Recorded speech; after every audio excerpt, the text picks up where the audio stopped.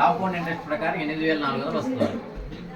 1,00,000 రూపాయలు మనం బ్యాంకులో దాచిపెట్టుకుంటే మామూలు వ్యక్తికి అంటే 60 సంవత్సరాల లోపు ఉన్నటువంటి వ్యక్తికి 8,400 రూపాయలు ఇంట్రెస్ట్ ఇస్తాం మనం.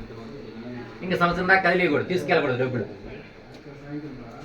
మీ పేరెంట్స్ మన బ్యాంకులో అకౌంట్ ఉంది కదా, మీరు బయట ఎవరికో ఇస్తారు డబ్బులు. ఇస్తే వాళ్ళు ఏం చేస్తారు, కొంతమంది ఇస్తారు, కొంతమంది ఎక్కడతారు. వాళ్ళు తగాదులు, మా డబ్బులు తీసుకుని ఎందుకు ఇవ్వలేదు తగాదులు జరుగుతామని చూసారా?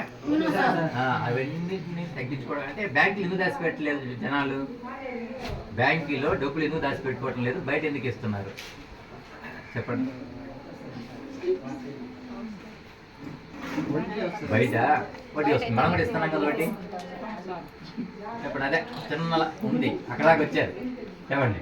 వడ్డీ అనేది అన్నారు ఎక్కువ ఇస్తారు, బయట అయితే ఎక్కువ వడ్డీ ఇస్తారు. మనం ఇచ్చే రూపాయి కూడా వడ్డీ 12% అంటేనే రూపాయి, కానీ మనం ఇస్తుంది ఎంత 8.4%. సీనియర్ సిటిజన్కి అంటే 60 సంవత్సరాలు దాటిన వాళ్ళకి 8.4%, బిలో వాళ్ళకి 60 సంవత్సరాల లోపు వాళ్ళకి 7.9% ఇస్తున్నాం.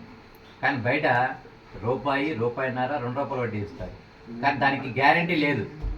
మనం ఆశ ఉంది 2 రూపాయలు వడ్డీ వస్తుంది, ఎక్కువ డబ్బులు వస్తాయని.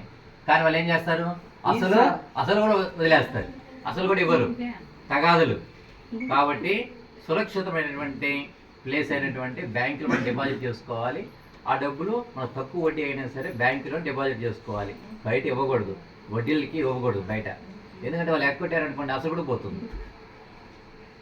తక్కువ వడ్డీ అయినా సరే ఇప్పుడు సంవత్సరానికి మీరు డిపాజిట్ చేసుకుని మధ్యలో 1 నెల తర్వాత పిల్లలు చదువు కోసమో లేదా హాస్పిటలైజేషనో లేదా హాస్పిటల్ ఏదన్నా ఖర్చు కోసం తీసుకెళ్లాలంటే తీసుకెళ్ళచ్చు, ఏ క్షణమైనా తీసుకెళ్ళచ్చు డబ్బులు. మీరు 10 సంవత్సరాలు డిపాజిట్ చేసిన బ్యాంకులో